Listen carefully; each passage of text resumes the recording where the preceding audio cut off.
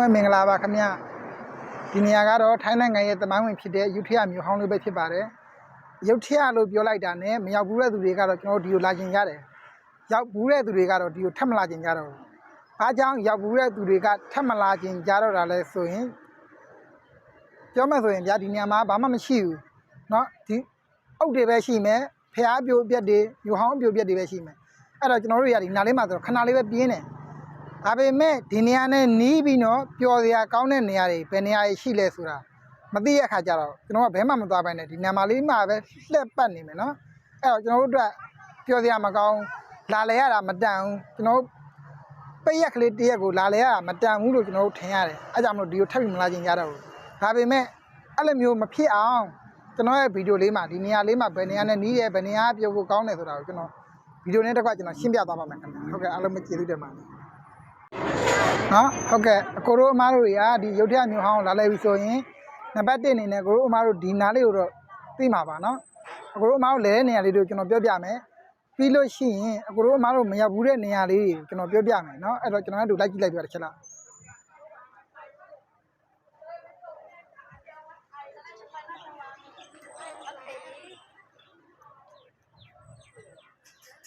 ကိုတို့အမားတို့တွေ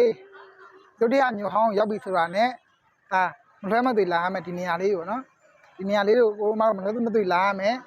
ပြီးလို့ရှိရင်ကိုတို့အမားတို့သွားမဲ့နေရာလေးတွေကိုကျွန်တော်ပြောပြမယ်နော်ကိုတို့အမားတို့သွားရလာလေးမှားနေဆိုတဲ့အကြောင်းလေးတွေကိုကျွန်တော်ဒီနေရာမှာဗီဒီယိုလေးနဲ့အတူကျွန်တော်ရှင်းပြပေးမယ်နော်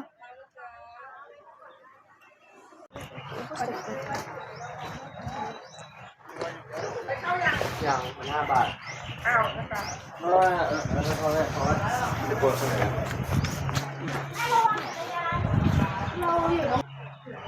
ကိုတို့အမားတို့တွေဒီရုပ်ထရမျိုးကိုလာလဲပြီဆိုရင်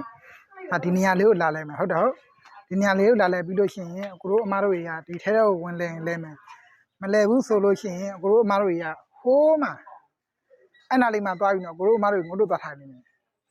နော်အချိန်လေးကိုဒီမှာပဲဖြုံးလိုက်မယ်ဒါဆိုလို့ရှိရင်ကိုတို့အမားတို့လာလဲရတာပြင်းစရာကြီးဖြစ်နေမယ်နော်အဲ့တော့ဒီ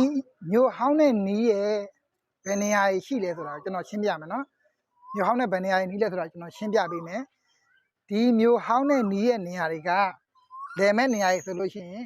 ကျွန်တော်တို့ဒီဘက်ဘေးမှာဆိုရင်စင်စခန်းရှိရဲ့ဒီဘက်ဘေးမှာဆိုလို့ရှိရင်ကျွန်တော်တို့ဖျားရရှိရဲ့နော်အကိုတို့မားတို့တွေဒါတွေမသိဘူးဘာကြောင့်လဲဆိုတော့အကိုတို့မားတို့ကနာမည်ကျွမ်းကျင်မှုမရှိရဲ့အတွက်